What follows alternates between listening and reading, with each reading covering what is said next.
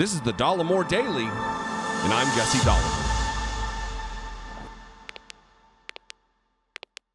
Over the weekend, the Turning Point USA group, the hate group, the Republican activist group that is trying to indoctrinate children, students, held its Student Action Summit in Tampa Bay, Florida, just a stone's throw, close enough that Donald Trump could drive his golf cart to it and not have to fly across the country. That's where all Republican events are now held, in proximity to Donald Trump and wherever he happens to be eating McDonald's at the time.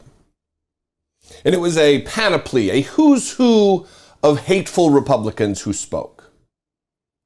Maybe most notably, or at least what I'm going to talk about right now, is Matt Gaetz and his hateful, misogynistic message about women who are now protesting their constitutional right to abortion health care being stripped away by a rogue and activist Supreme Court. Now, Republicans want it all the ways. Republicans, they don't believe trans women are women. You're going to hear the clip. Matt Gaetz doesn't believe fat women are women or ugly women are women. It is just an assault on women. But I mean, why would we? We'll ask ourselves the question, why would we think anything else about Matt Gaetz' understanding or certainty about what a woman is when he allegedly isn't interested in women but underage girls? Watch this disgusting display at the Student Action Summit to an auditorium or a venue filled with students, college students, high school students, who are cheering on and being led down the path of believing hate speech is legitimate political talk. Have you watched these pro-abortion, pro-murder rallies? The people are just disgusting. Like, why is it that the women with the least likelihood of getting pregnant are the ones most worried about having abortions? Nobody wants to impregnate you if you look like a thumb. These people are odious on the inside and out. They're like 5'2", 350 pounds, and they're like, give me my abortions or I'll get up and march and protest. And I'm thinking, march? You look like you got ankles weaker than the legal reasoning behind Roe versus Wade. A few of them need to get up and march. They need to get up and march for like an hour a day, swing those arms, get the blood pumping, maybe mix in a salad. Yeah. Sitting United States congressman spewing vile, disgusting, misogynistic hate to applause.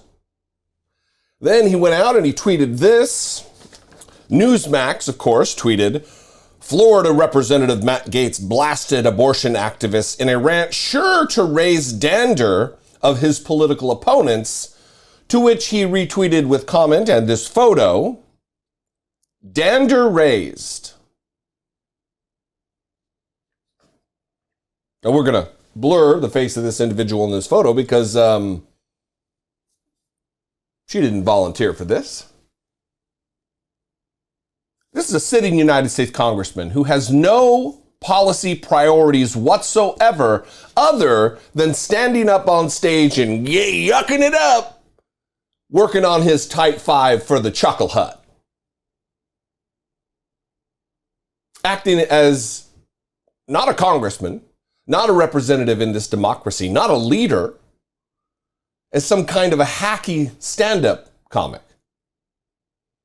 And he's getting wide applause and yips and hollers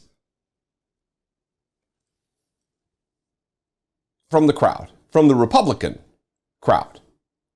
This is where we are with Republican politics in this century. Is hate speech disguised as jokes, hate speech really not even disguised as anything, it's just hate speech. and the non-quieted call to drag us back to the 1950s. They are so proud of themselves for stealing Supreme Court seats and that enabled them to overturn 50 years of constitutional precedent. And they're so proud of themselves that they're telling their jokes. They're maligning and demeaning women because they don't look in the predetermined, prescribed way that they think a woman should look.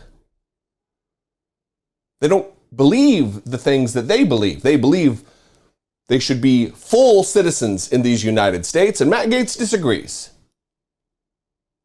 It is reprehensible, beyond the pale, even for these scumbags. This is garbage human territory here. Nothing substantive whatsoever. No policy prescriptions. No admonitions of the audience to lead their peers to a better America. Just hate and vitriol and venom. It's gross. I'd love to know what you think. Did you follow this weekend? You can call, leave me a brief voicemail, 714-576-4054.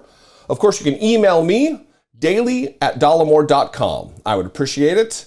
You can also follow me on social media. I'm at Dollemore on Instagram, at Dollemore on Twitter, at Dollemore on TikTok.